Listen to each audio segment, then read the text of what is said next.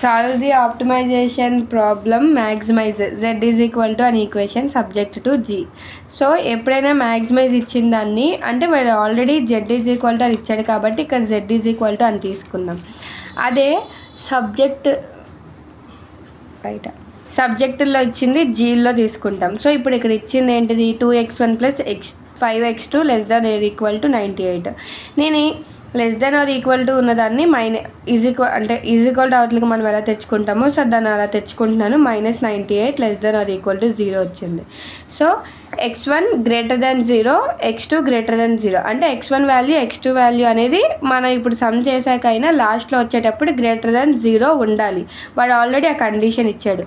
ఒకవేళ greater than 0 కాకుండా మైనస్లో వస్తే అది రాంగ్ వచ్చినట్టు. మనం ఇప్పుడు కుంటక్కర్ కండిషన్ ఫామ్ చేయాలంటే దానికి ఉన్న ఫార్ములా ఇది ∂f/∂xi plus lambda into ∂g1/∂xi. So ఇప్పుడు xi అంటే ఇక్కడ 1 2 ఈక్వేషన్స్ ఇచ్చారు కాబట్టి సో x1 x2 రెండితో చేస్తాం.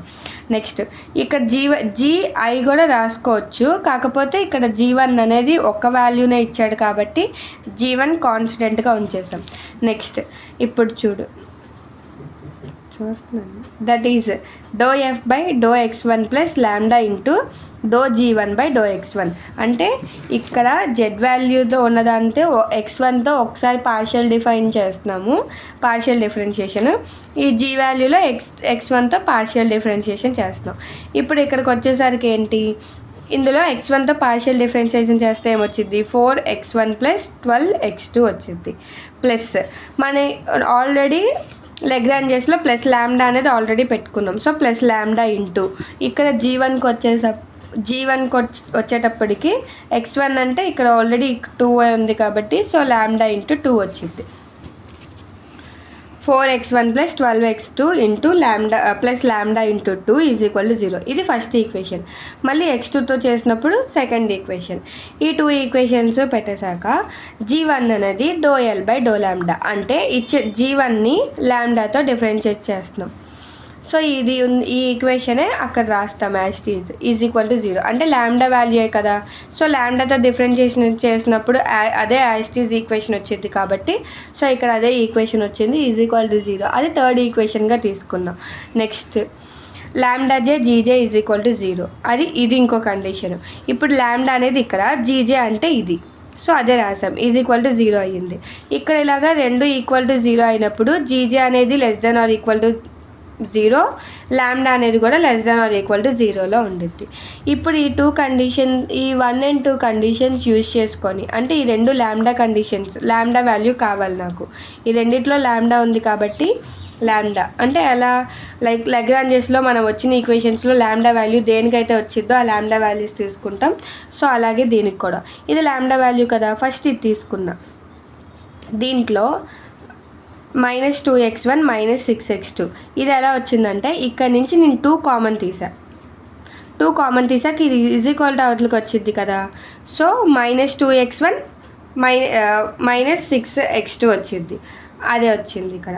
నెక్స్ట్ ఈజ్ ఈక్వల్ టు ఇక్కడ నుంచి మళ్ళీ ఇలాగా ఇది 5 కాబట్టి బైలోకి వచ్చింది, ఇది మైనస్లో ఉంది కాబట్టి ప్లస్ అయింది 14x2 -12x1/5.